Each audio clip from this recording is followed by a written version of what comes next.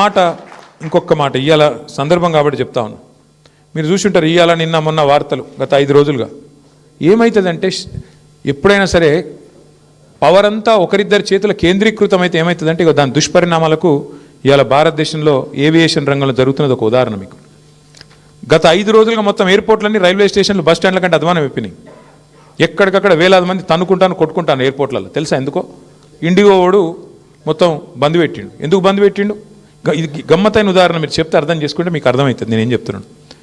సంవత్సరం కిందట civil aviation ministry కొన్ని రూల్స్ పాస్ చేసింది. ఏమని? శ్రమ దోపిడీ చేయొద్దు, వారానికి ఒక పైలట్ అంటే ఆయన గింతనే నడపాలి, ఇంతకంటే ఎక్కువ నడపద్దు అని చెప్పి సంవత్సరం కింద రూల్స్ పాస్ చేసిండ్రు. సంవత్సరం కిందటనే వాళ్ళు కొన్ని డైరెక్షన్స్ ఇచ్చిండ్రు. DGCA, director general of civil aviation. IndiGo, air India రెండే ఉన్నాయి భారతదేశంలో, ఇంకోటి లేడు.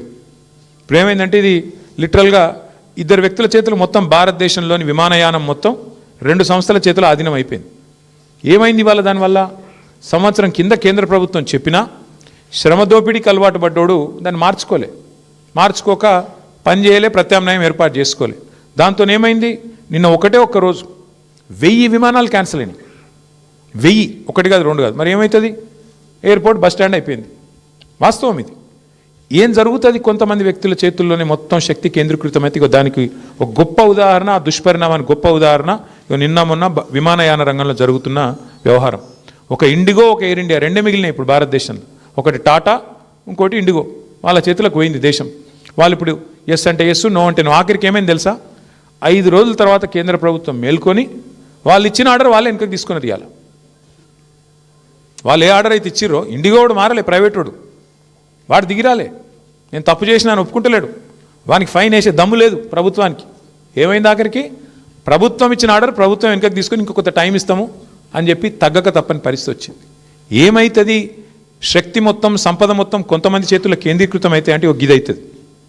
పోర్టులు, సీపోర్టులు, రైల్వేలు మొత్తం ఇచ్చేస్తే ప్రైవేటులకు, అది కొంతమంది చేతుల్లోనే ఉంటే వాడు మునిగితే మొత్తం దేశం మునుగుతుంది. దానికి గొప్ప ఉదాహరణ ఇవాళ మన కళ్ళ ముంగటనే కనబడతా ఉన్నది. ఇంకొక విచిత్రమైన మాట నేను మీకు చెప్తా, నేను చెప్తే నమ్మరు. ఇలా ఈ ప్రభుత్వము, ముఖ్యంగా కేంద్ర ప్రభుత్వం ఏం పని చేస్తుందంటే వాళ్ళకు నచ్చిన వాళ్ళ కంపెనీలో LICతో పెట్టుబడి పెట్టిస్తుంది. మీరు PF గురించి వాళ్ళు 1-2 కోట్లు కాదు పెట్టింది పెట్టుబడి, 50,000 కోట్లు వాళ్ళకు నచ్చిన వాళ్ళ కంపెనీలో పెట్టుబడులు పెడుతుంది LIC. ఇది జరుగుతుంది ఇలా దేశం.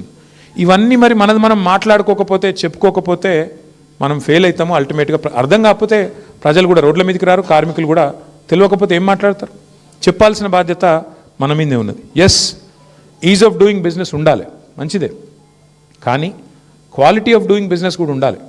పని చేసే కాడ క్వాలిటీ కూడా ఉండాలి. అంటే అక్కడ మహిళలు పనిచేస్తారు, మరి వాళ్ళకి సంబంధించిన ప్రత్యేక అవసరాలు ఉంటాయి. మరి వాటికి సంబంధించిన ఏర్పాట్లు ఉన్నాయా? అయ్యాల నాకు కొన్ని చెప్తే మీరు ఆశ్చర్యపోతారు. కొన్ని గార్మెంట్ కంపెనీలు తెచ్చిన నేను మంత్రిగా ఉన్నప్పుడు. ఆ గార్మెంట్ కంపెనీల యూనిట్ వాళ్ళది వేరే రాష్ట్రం ఉంటే చూడడానికి పోయిన నేను. నిజంగా నేను పరిశాన్ అయినా. ఎంత ఆధునికంగా ఉన్నాయంటే అమెరికాలో ఉన్నట్టున్నాయి. నేను అడిగిన, ఏందయ్యా ఇది ఇంత బాగా కట్టిన, మీరు ఏం సంగతి, మరి కాస్ట్లీ కట్టినవి ఏంది అన్న. ఆయన ఏమన్నాడు తెలుసా నాకు? సార్ నాది ఎక్స్పోర్ట్ యూనిట్ సార్, మొత్తం ఎక్స్పోర్ట్ చేయాలి నేను. వాళ్ళు